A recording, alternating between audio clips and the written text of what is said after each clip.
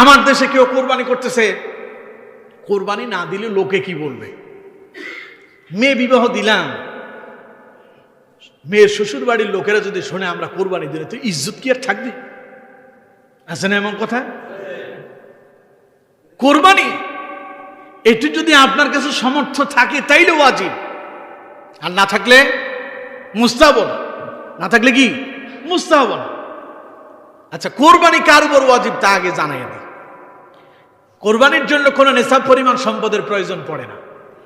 একটা লোক তার দৈনন্দিন জীবনে তার চাহিদা মেটানোর পরে যদি তার কাছে অতিরিক্ত এমন পয়সা জমা থাকে, সে একটা বকরি কিনতে পারে, একটা ছাগল কিনতে পারবে, এই পরিমাণ অর্থ যদি কারো কাছে জমা থাকে, তার উপরে কোরবানি ওয়াজিব হয়ে যায়।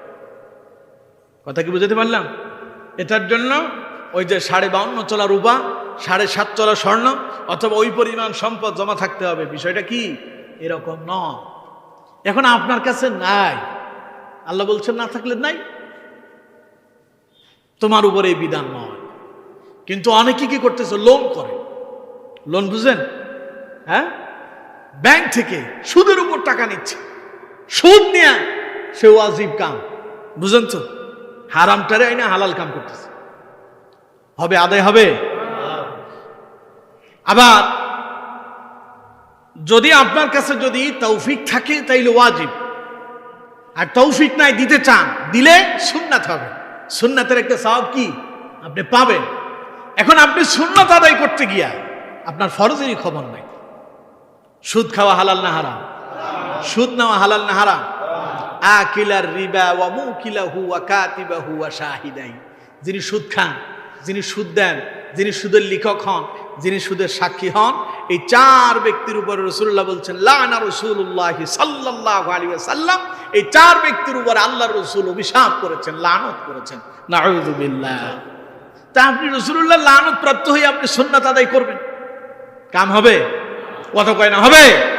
তাহলে সুদের উপরে এই কাম করা যাবে না। তৌফিক থাকলে দেবেন, না থাকলে নাই। তাহলে মূল কথা হচ্ছে, আপনি যে কোরবানি দেবেন, কোরবানি দেওয়ার জন্য আপনার অর্থটাও কি হতে হবে? হালাল হতে হবে। অর্থটা কি হতে হবে? কোন তো হালাল হতে হবে, এবং সেই অর্থটা আপনার প্রিয় হতে হবে। কোরআনে আল্লাহ পাক বলছেন, লান তানালুল বিররা হাত্তা তুনফিকু মিম্মা তুহিব্বুন।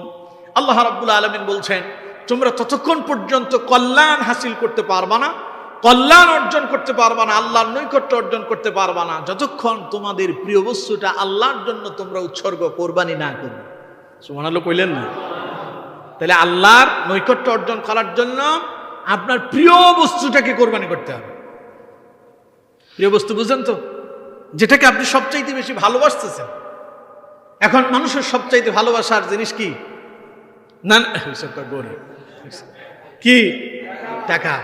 ব্যাংকে জমা আছে, অনেকের এরকম আছে, তার অর্থ আছে, সেই আপনার কোরবানি দিতে পারে কিন্তু দেয় না।